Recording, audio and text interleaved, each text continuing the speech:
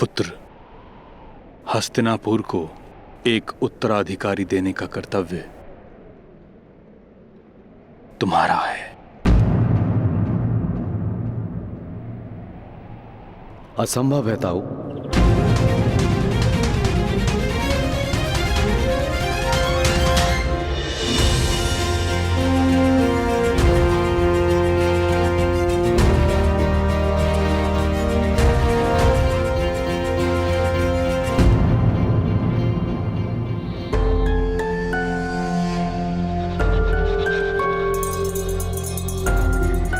मेरे हाथों ऋषि किंदम की हत्या हुई है।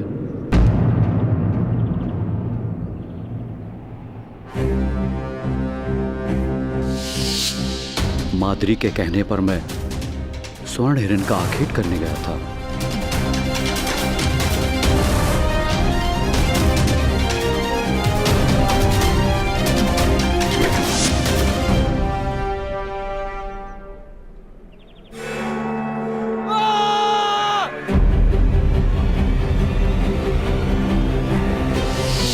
जब भूल से ऋषि किंदम को मेरा बाण लगा तब वे अपनी पत्नी के साथ थे।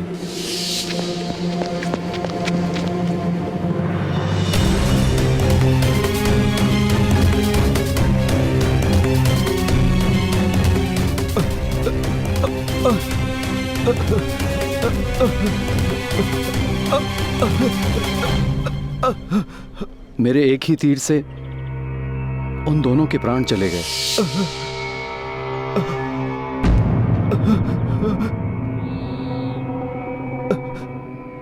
तुझे मैं श्राप देता हूं, यदि तुम अपनी पत्नी के निकट गए तो तुम्हारे प्राण निकल जाएंगे। तुम्हारे माध्यम से तुम्हारी पत्नी को कभी संतान प्राप्त नहीं हो सकता। ये मेरा श्राप है। आज श्राप है मेरा। श्राप है मेरा। श्राप है मेरा।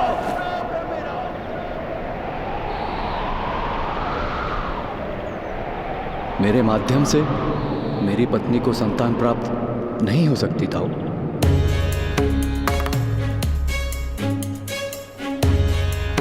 तो क्या यह हस्तिनापुर का दुर्भाग्य है कि उसका सिंहासन सदैव रिक्त रहेगा? किसी चमत्कार, मंत्रबल अथवा नियोग से यदि मेरी पत्नी को कोई पुत्र प्राप्त हो तो उस पुत्र को दत्तक लेकर भी मैं उसे हस्तिनापुर का उत्तराधिकारी घोषित कर दूंगा। ईश्वर करे ऐसा कोई चमत्कार हो। चलो आ जाओ। चलो बैठो यहाँ।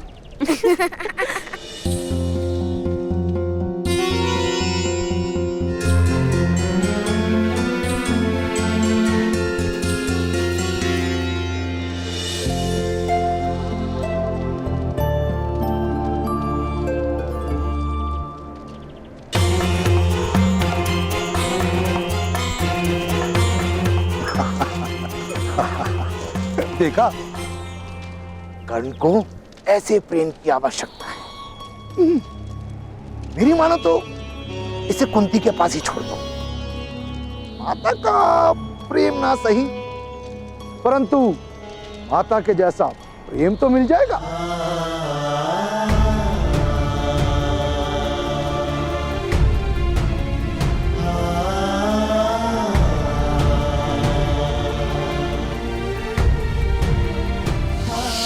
कभी मेरा पुत्र नहीं बन सकता आर्य, और इस बालक को मैं प्रेम नहीं दूंगी आर्य। माता, मुझे भी अपने हाथों से भोजन कराओ। कोई आवश्यकता नहीं।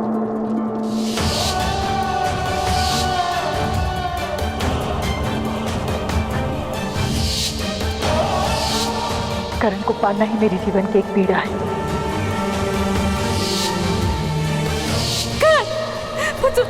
तुम ठीक तो हो ना? कोई पीड़ा तो नहीं है ना तुम्हें? आज रात से भर तुम घर से बाहर कर। कर्ण को ऐसे प्रेम की आवश्यकता है। मेरी मानो तो इसे कुंती के पास ही छोड़ दो।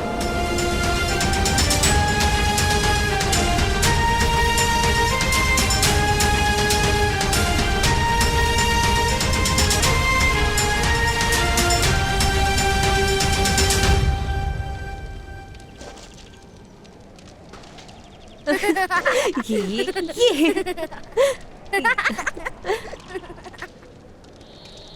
राजकुमारी, आपकी आज्ञा लेना चाहता हूं। हमारे प्रस्थान का समय हो गया है। कर्ण पुत्र,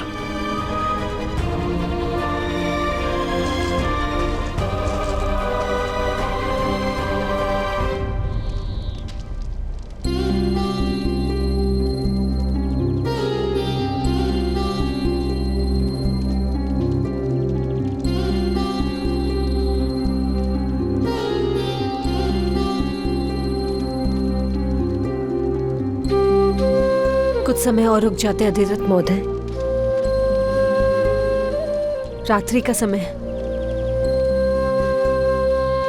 आप कर प्रातःकाल प्रस्थान कर सकते हैं। कल प्रातःकाल बहुत देर ना हो जाए। राजकुमारी, कर्ण की माता चिंतित होगी।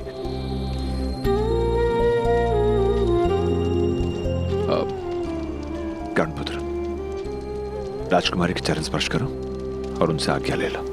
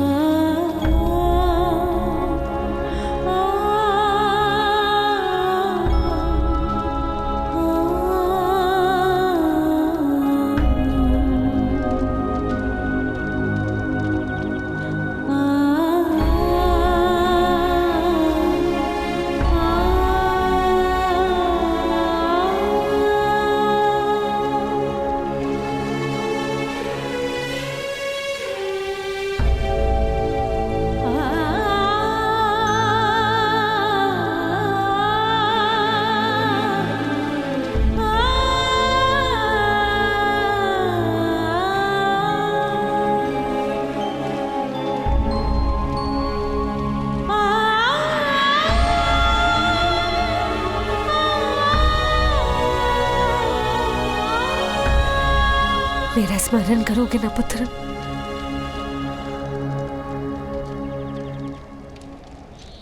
ये मेरे लिए गाई गई पहली लोरी थी देवी कुंती। इसलिए मैं हमेशा स्मरण रखूंगा।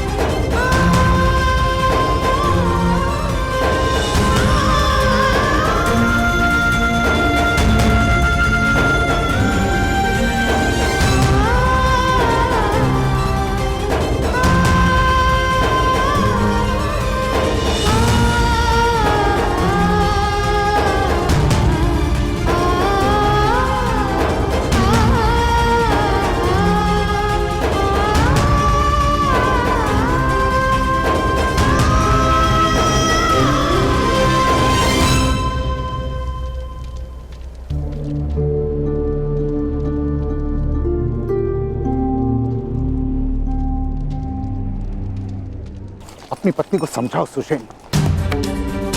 उन्हें बताओ कि महारानी कुंती को उसके पुत्र से कितना प्रेम था।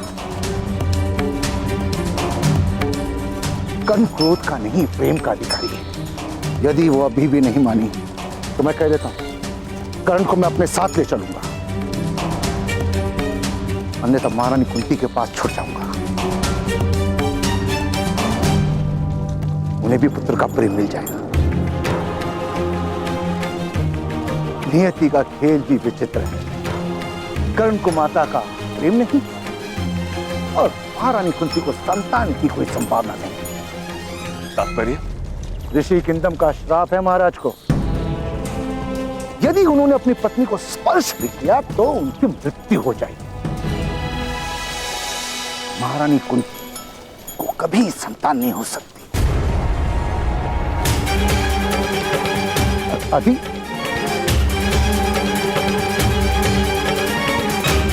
आपका पुत्र बहुत तेजस्वी, ऐसा बालक किसी महान राज्य का सम्राट हो सकता था।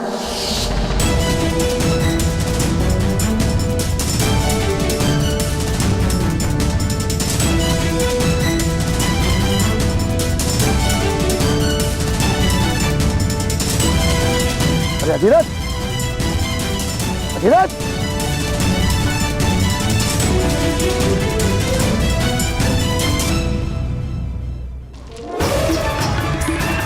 नियति का खेल भी विचित्र है। कर्ण को माता का प्रेम नहीं और महारानी कुंती को संतान की कोई संभावना नहीं।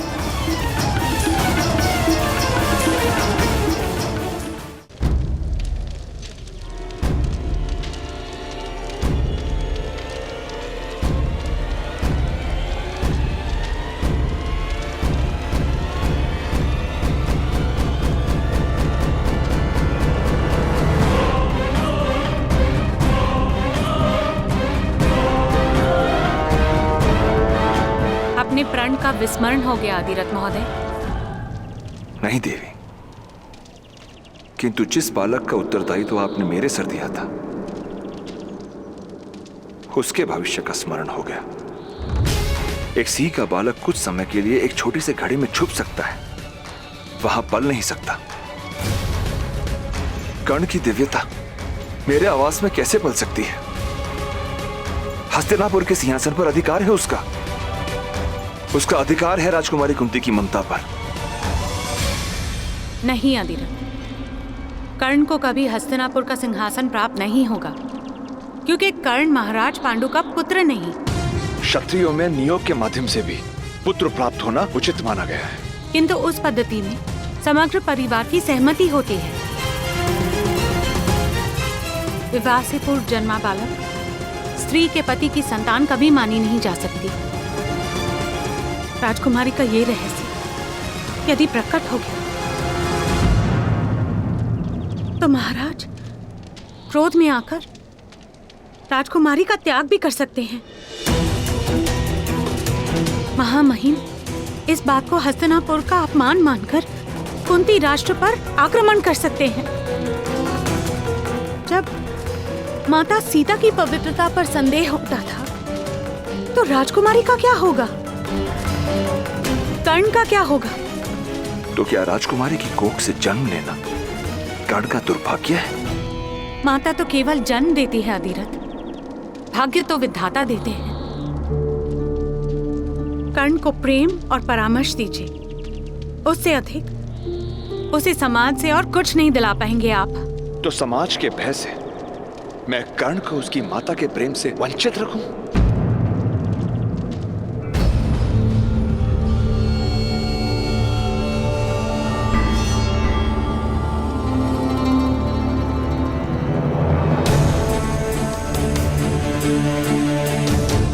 अधिरथ महोदय, आप लौट आए?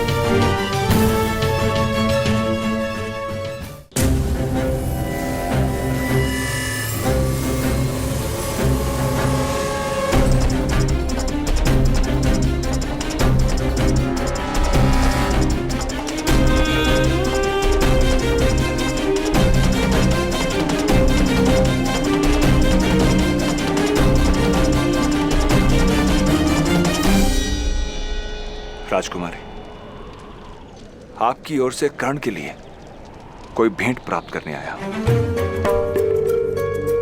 बच्चों के स्वर्ण कच्चे होते हैं।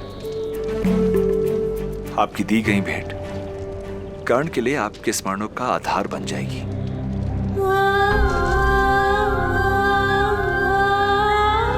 कर्ण पुत्र, तुम्हें भेंट में देने योग्य मेरे पास कुछ भी नहीं।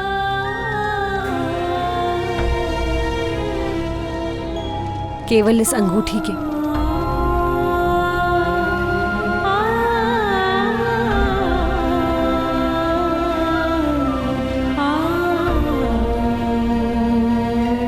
इसे संभाल कर रखना। जीवन में एक बार इस अंगूठी के बदले तुम्हें हस्तिनापुर से वरदान प्राप्त होगा।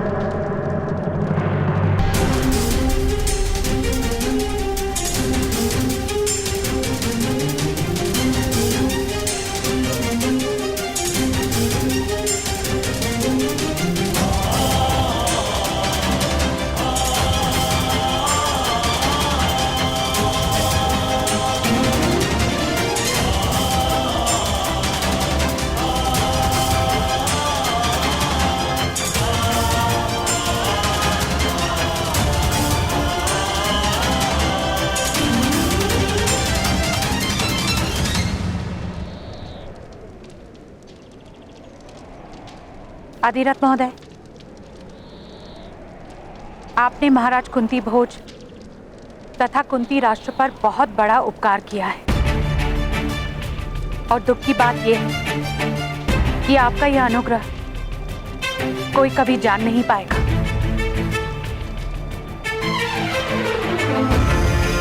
मैंने केवल अपना कर्तव्य निभाया देवी।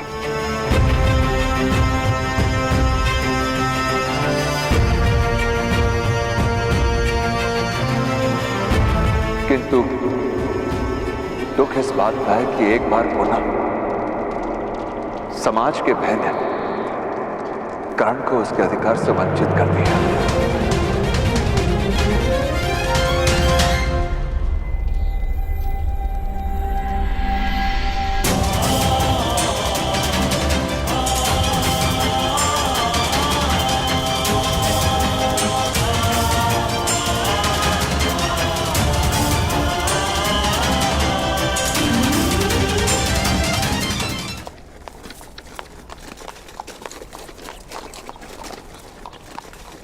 माता, लगता है भ्राताश्री आ गए। Shown, shown! भ्राताश्री, कस्तूरी मृग कहाँ है? नहीं, कस्तूरी मृग हाथ नहीं आए शोन। किंतु यदि आप कस्तूरी मृग नहीं लाएंगे तो माता का प्रेम आपको किस प्रकार प्राप्त होगा? अरे कस्तूरी मृग तो स्वयं आएगा। अब तो तुम्हारे भ्राता महारानी कुंती और महाराजा पांडु के मित्र हैं। कस्तूरी मृग क्या, अब तो स्वर्ण का कस्तूरी मृग आएगा। चलो भीतर चलो। पता है सुन, महारानी ने तुम्हारे भ्राता कर्ण को अपनी अंगूठी दी है। अब तो तुम्हारी माता ने यदि कर्ण को प्रेम नहीं दिया तो दरिद्र रह जाएंगी और पछताएंगी। आर्य, जेठ जी से कहिए कि कुंती बोझ का राजसारथी एक छोटे से गांव में छोटे छोटे रथ बनाकर पूरे वर्ष में केवल 2 सुवर्ण मुद्रा प्राप्त करते हैं। इससे अधिक दरिद्रता और क्या आएगी?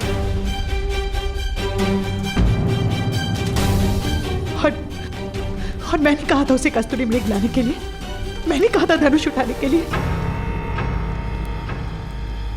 तो फिर उसकी मूर्खता का दंड मुझे क्यों मिल रहा है?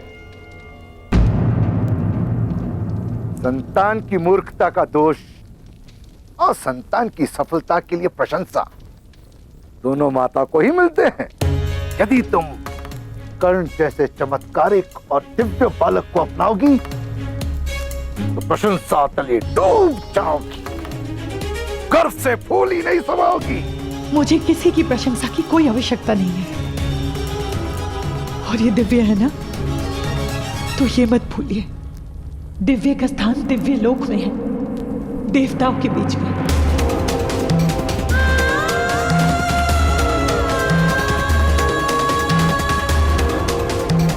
मनुष्य लोक में हम जैसे साधारण मनुष्य के बीच में नहीं।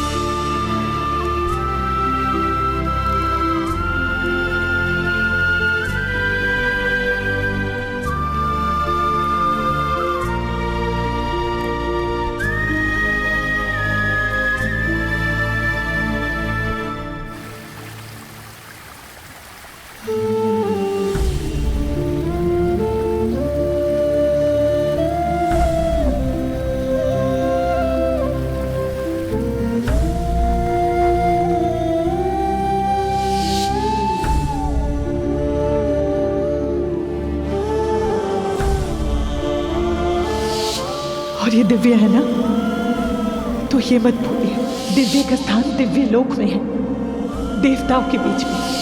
मनुष्य लोक में हम जैसे साधारण मनुष्य के बीच में नहीं।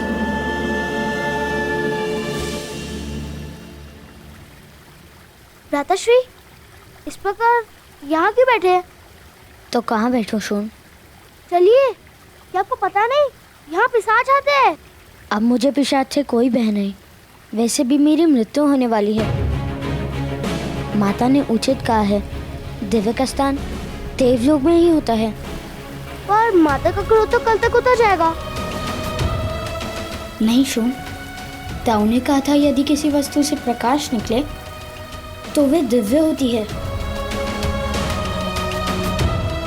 और मेरे शरीर से भी प्रकाश निकलता है।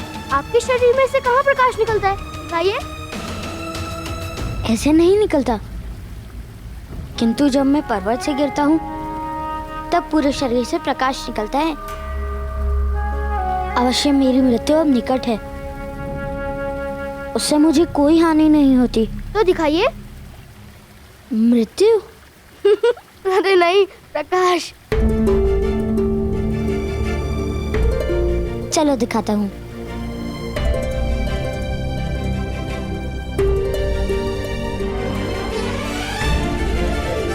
और कितना चलाओगे भ्राताश्री? अब अपना दिखा दो ना दिव्य कवच। ठीक है।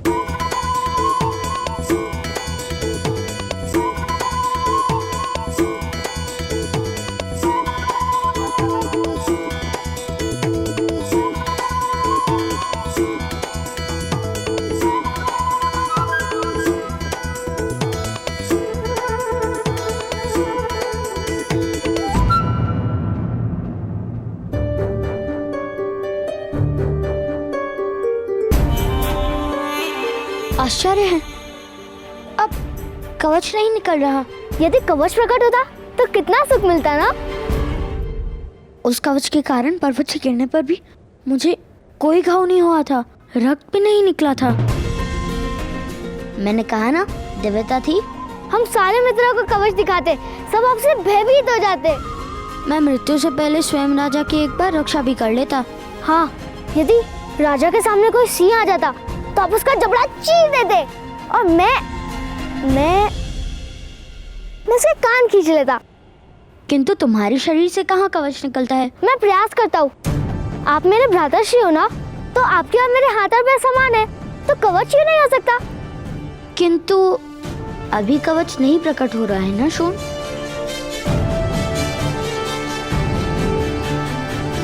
संभवतः पर्वत से गिरने पर प्रकट हो। मैं प्रयास करता हूँ। नहीं शोन, ठहरो, ऐसा साहस करना उचित नहीं।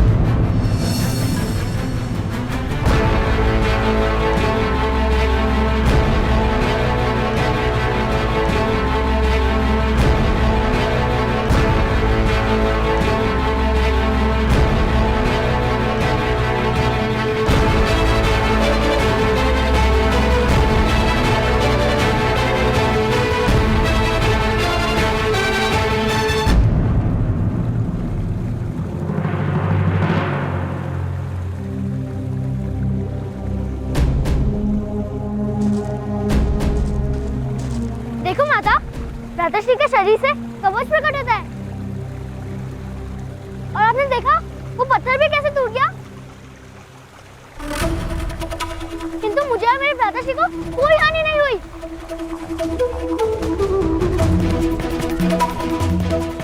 माता, अब तो देखा मैं दिव्या हूँ ना।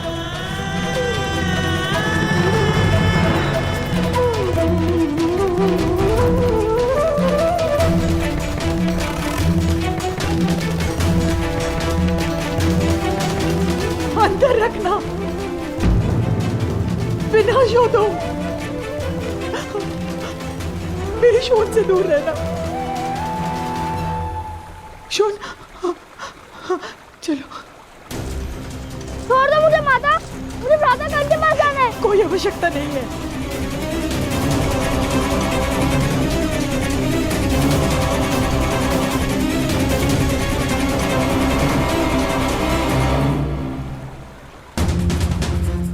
भ्राता कर्ण दिव्य है माता, क्या आपने उनको दिव्य कवच नहीं देखा? अब हमें कोई हानि नहीं होगी। कर्ण स्वयं हानि है शोन। यदि तुम उसके साथ रहे तो तुम पर भी विपदा आ पड़ेगी। तुम क्यों नहीं समझ रहे हो शोन? कर्ण का कवच केवल उसी की रक्षा कर सकता है, किंतु वो हम सबके लिए मृत्यु का कारण बनेगा।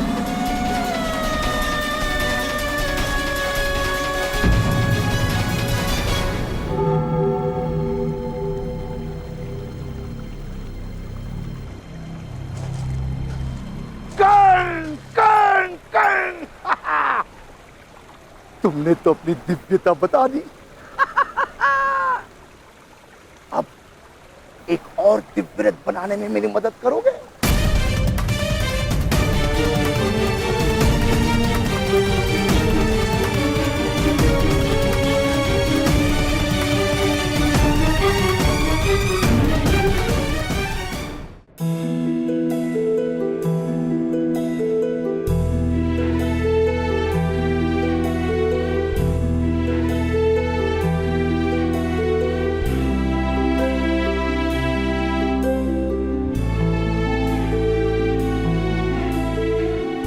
मेरी दिव्यता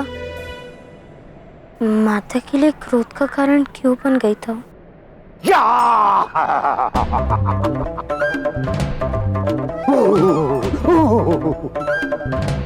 तुम्हारी माता भयभीत हो गई होगी। तुम्हारी दिव्यता तो प्रेम का कारण है पुत्र। किंतु माता को मेरी दिव्यता से प्रेम नहीं हुआ था। दिव्यता और प्रेम का कोई संबंध नहीं होता पुत्र। दिव्यता से या तो श्रद्धा जन्म लेती है या फिर भय। और तुम्हारी दिव्यता से तुम्हारी माता अधिक से अधिक तुम्हें प्रणाम कर सकती है, प्रेम नहीं।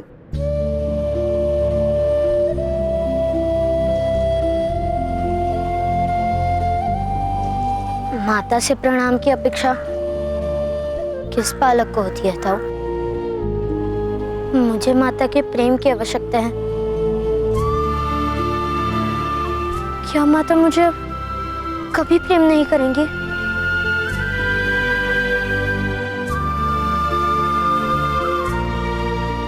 नहीं, नहीं पुत्र नहीं, ऐसा नहीं है। तुम्हारी माता तुमसे बहुत प्रेम करती है। ईश्वर हो या माता, अपनी निर्बल संतान को सदा ही अधिक प्रेम दिखाती है। और शून में तुम जैसा चमत्कारियां तो है नहीं, शक्तियां तो है नहीं, बस इसी कारण तुम्हारी माता शून पर अधिक ध्यान देती है। हाँ।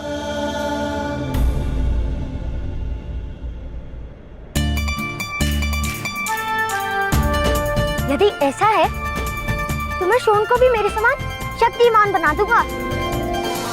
फिर माता हम दोनों को एक समान प्रेम करेंगी।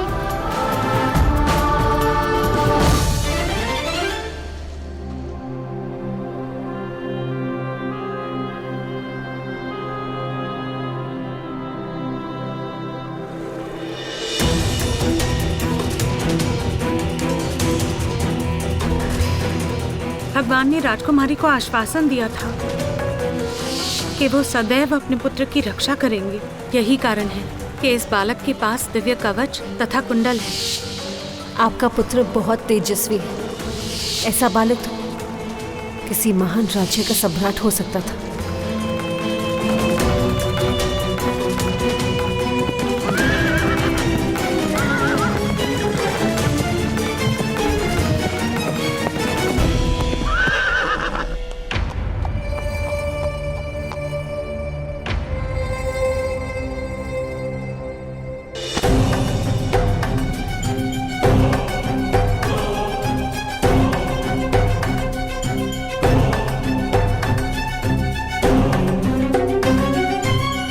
प्रणाम मध्यम महोदय।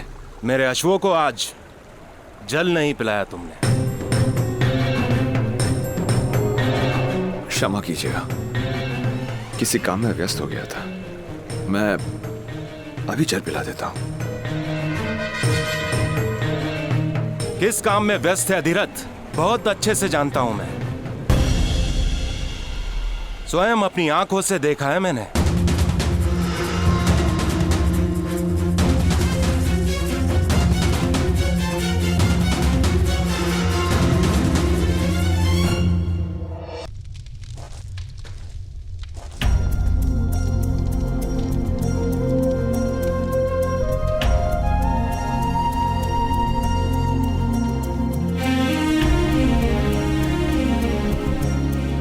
पहले खा लो। इतना क्रोध क्यों शोन? माता ने कहा है कि आपके कवच के कारण हम सबकी मृत्यु हो जाएगी। किंतु मैं जानता हूँ जब तक आप हमारे साथ होंगे तब तक मृत्यु हमें स्पर्श भी नहीं कर सकती है। किंतु माता ये बात समझती क्यों नहीं? अच्छा पहले खा लो। किंतु तुम तो ये बात समझते हो ना? अवश्य, मैं आपसे अत्यंत प्रेम करता भ्राता, 4 लड्डुओं से भी अधिक। किंतु माता आपसे प्रेम नहीं करती, यही कारण है कि माता ये बात समझती नहीं।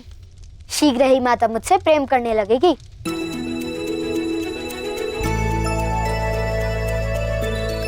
मैंने माता का प्रेम पाने का मार्ग ढूंढ लिया है। अपने पुत्र को रोको, अन्यथा चिंता के स्थान पर भय और भय के स्थान पर दुख होगा। अपने पुत्र की दिव्यता के ढोंग का अंत करो। किंतु महोदय, कर्ण वास्तव में दिव्य है।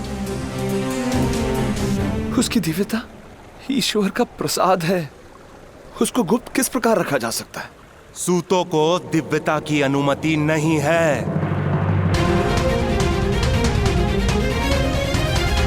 ईश्वर का प्रसाद जात पात नहीं देखता महोदय। यदि ईश्वर का प्रसाद है तो उसे मंदिर में बिठाओ और गर्भगृह का द्वार बंद कर दो, तब उसका नमन किया जाएगा। किंतु जीवन मंदिर में नहीं बीत सकता, उसे संसार में आना ही पड़ेगा। और जिस दिन वो समाज के मध्य आया, उस दिन उस पर जात पात का बंधन अवश्य होगा।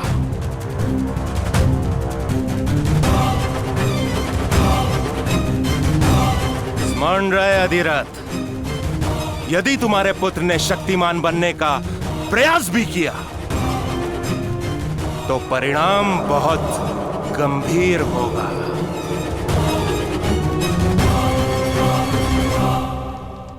हाँ, मैं तुम्हें भी अपनी भांति महान धनुर्धर बना दूंगा।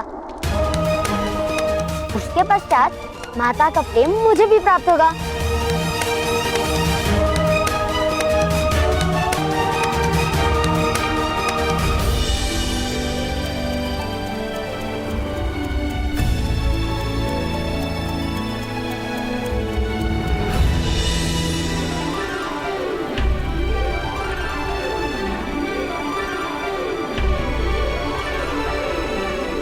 भ्राता कौन?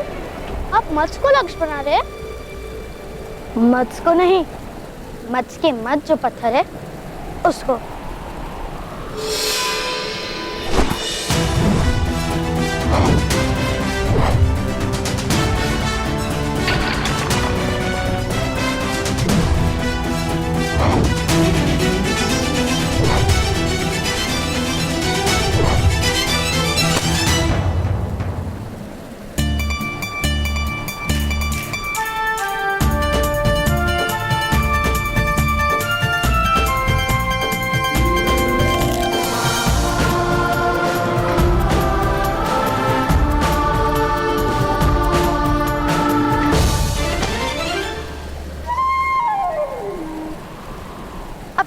करो।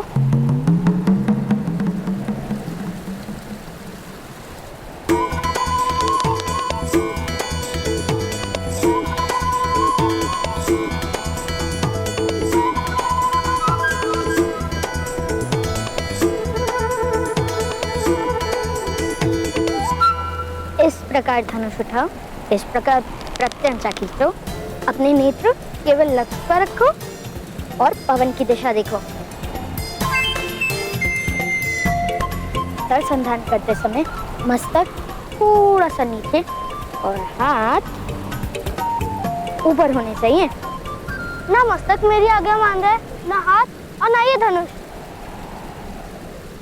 मुझे लगता है मेरे कारण आपको माता का प्रेम कभी प्राप्त नहीं होगा।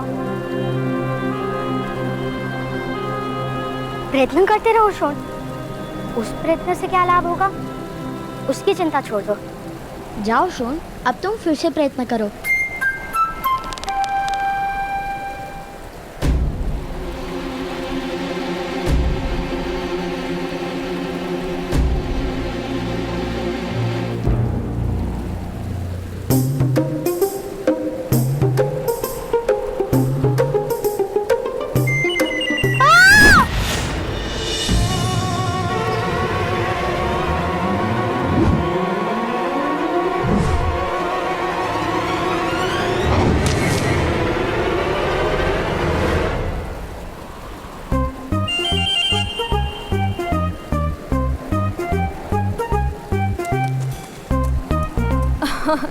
क्यों व्यर्थ प्रयत्न कर रहे हो कर्ण?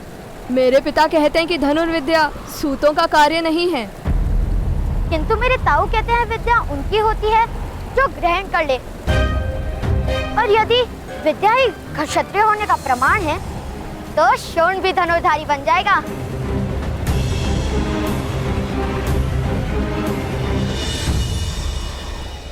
कर्ण के सामर्थ्य को समाज स्वीकार नहीं करेगा। सामर्थ्य कभी स्वीकार की याचना नहीं करता, नए समाज की रचना करता है। प्रार्थना नहीं, परिवर्तन करता है।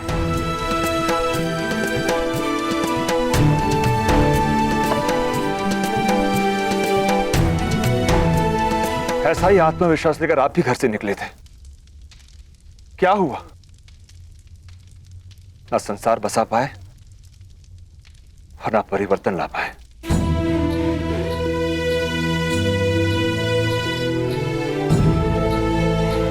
क्योंकि मुझ में सामर्थ्य कम था। किंतु कर्ण दिव्य है, वास्तव में दिव्य है। अवश्य किसी देवता का प्रसाद है ये तुम्हारा सौभाग्य है कि कर्ण ने तुम्हारे घर में जन्म लिया है। कर्ण वो है जो समय को बांधेगा, जो इतिहास का निर्माण करेगा, जो समाज में परिवर्तन लाएगा। मूर्खतापूर्ण बात मत करो। क्षत्रिय तो जन्म से ही होता है। तो क्या क्षत्रिय विद्या लेकर जन्म लेते हैं? हाँ अवश्य, इसीलिए तो कहते हैं धनुर्विद्या पर क्षत्रियों का अधिकार है। तो करो प्रदर्शन अपने क्षत्रिय होने का।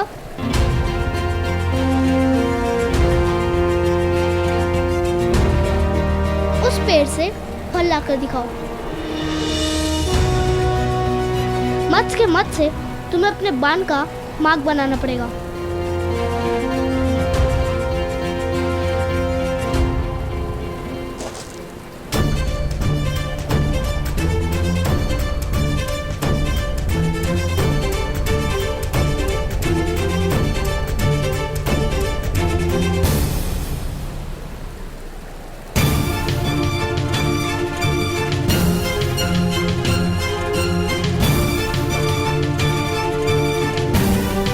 प्रथम तुम करके बताओ। किंतु शोण अभी क्षत्रिय नहीं बना, उसकी विद्या भी पूर्ण नहीं हुई। किंतु तुम तो क्षत्रिय हो, तुम तो विद्या लेकर जन्मे हो। तुम ही लक्ष्य भेद कर दो। नहीं, मैं लक्ष्य भेद नहीं कर सकता। अर्थात तुम क्षत्रिय नहीं हो। तुम मेरे साथ प्रतियोगिता करोगे? पहले तुम मेरे भ्राताश्री को पराजित करके दिखाओ।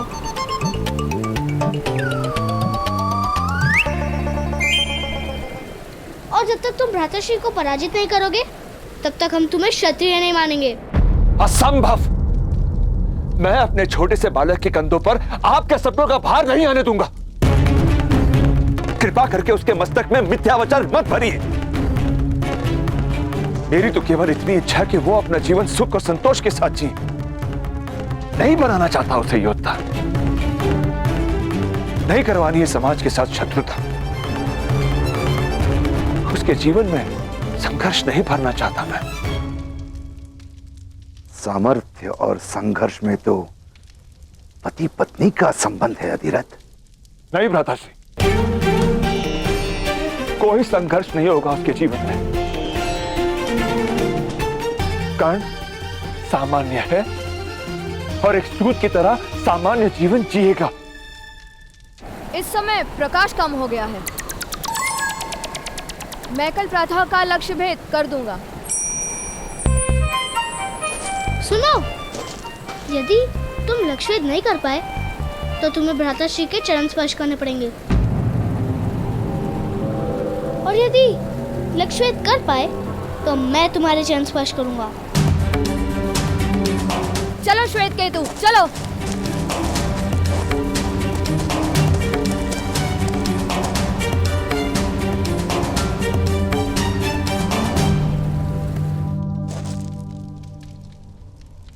एक सूत के हाथ में रथ की धुरा होती है, धनुष नहीं। ताऊ ताऊ, वो उत्तम है ना? हाँ। कल प्रातःकाल उस उत्तम के साथ भ्राताश्री की प्रतिस्पर्धा निश्चित हुई है। आप चलेंगे ना हमारे साथ? भ्राताश्री और उत्तम धनुष से लक्ष्य भेद करेंगे, और जब उत्तम पराजित हो जाएगा तब वो भ्राताश्री के चरण स्पर्श करेगा। अरे वाह! ये क्या प्रलाप कर रहे हो तुम?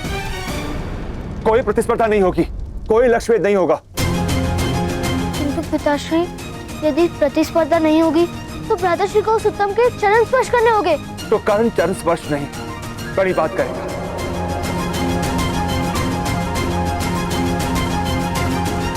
किंतु तुम दोनों मेरा आदेश नहीं टालोगे। कल प्रातःकाल कर्ण धनुष को हाथ नहीं लगाएगा।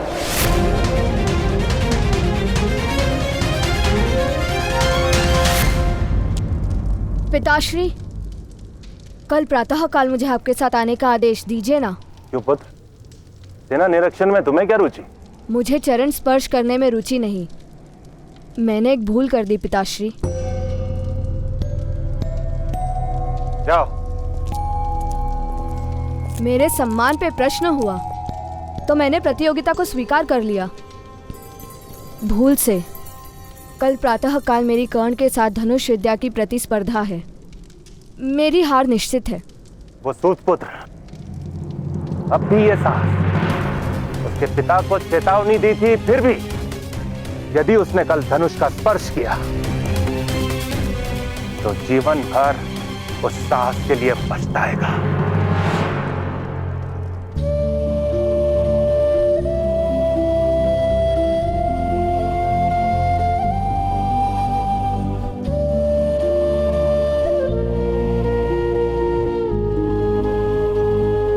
तो कर्ण चरण स्पर्श नहीं, बड़ी बात करें। कल प्रातःकाल कर्ण धनुष को हाथ नहीं लगाएगा।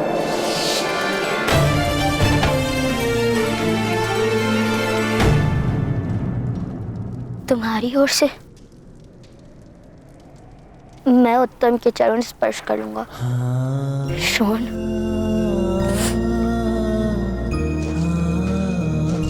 भ्राताश्री, आप उस उत्तम के चरण नहीं स्पर्श करेंगे।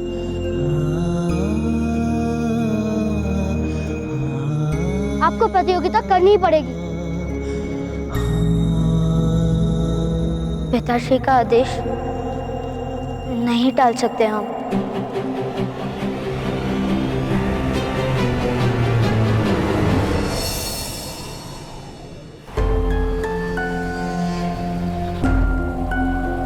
वो सूतपुत्र नहीं आएंगे।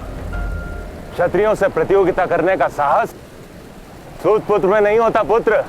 और चरण स्पर्श करने की संभावना से वो कर्ण भयभीत हो गया होगा। चरण स्पर्श करवाने के लिए हम उनके घर चले पिताश्री? नहीं पुत्र, अब तो गांव के बीच वो कर्ण तुम्हारे चरण स्पर्श करेगा। चलो।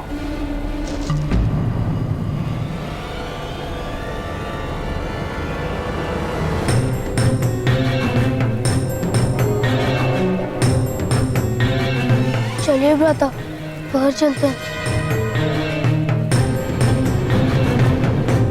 प्रतियोगिता को स्वीकार किया है तो उसे पूर्ण भी करना होगा। पीछे नहीं हट सकते हम, तुम पर लांछन लगेगा।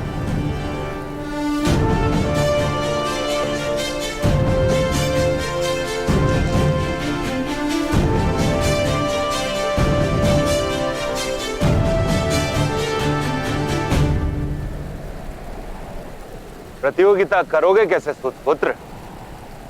तुम्हें तो धनुष चलाने का अधिकार ही नहीं है। उचित कह रहे हैं आप।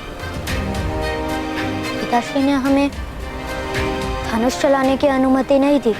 अंत में तुम्हारे पिता को सत्य के दर्शन हो ही गए। आओ शोण, मेरे चरण तुम्हारी प्रतीक्षा कर रहे हैं।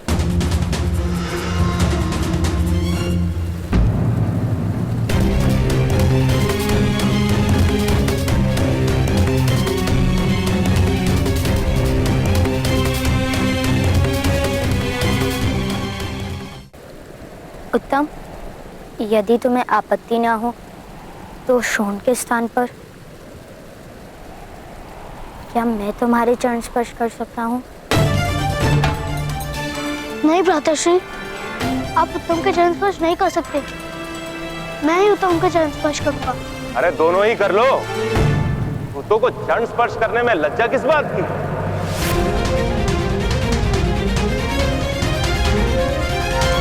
क्षत्रियों के चरण स्पर्श करके अपने वास्तविक स्थान को स्वीकार करो।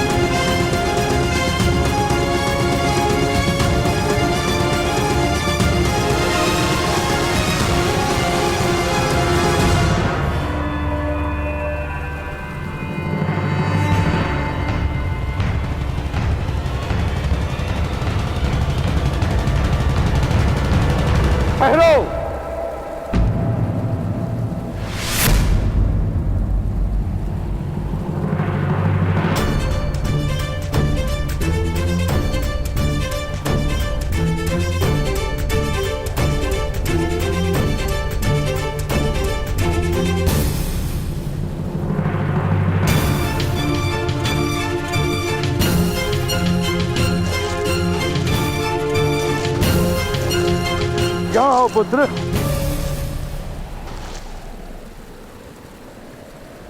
मध्यम महोदय, जब सूतों को धनुष स्पर्श करने का अधिकार ही नहीं तो प्रतियोगिता का आवाहन ही मिथ्या था।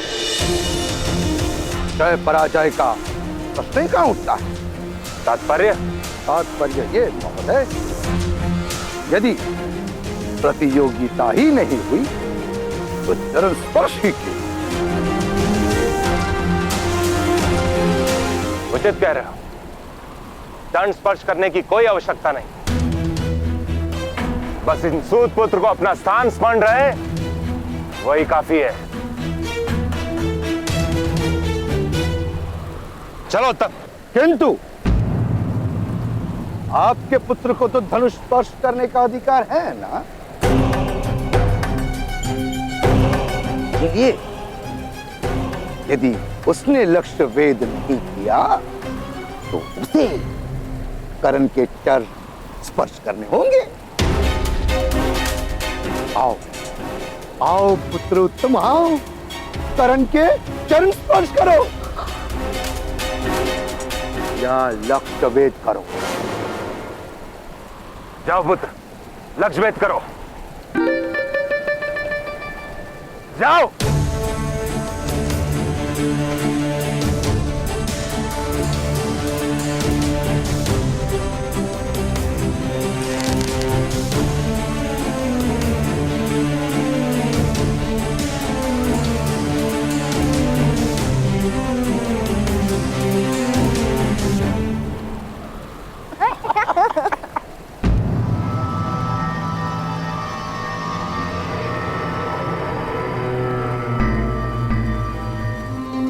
मध्यम महोदय, दीजिए कर्ण को अनुमति।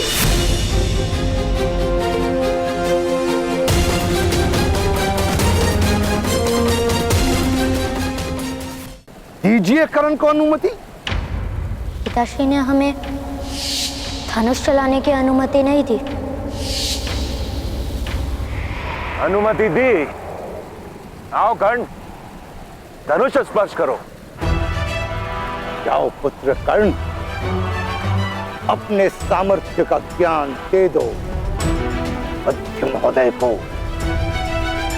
नहीं तो पिताश्री ने धनुष स्पर्श करने की अनुमति नहीं दी।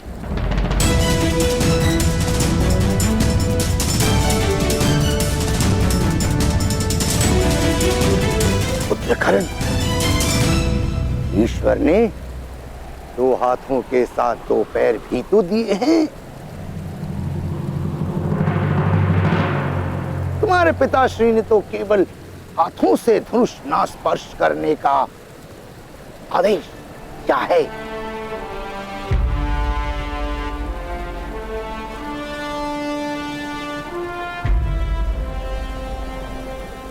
दिव्य दृष्टि से बाण शक्ति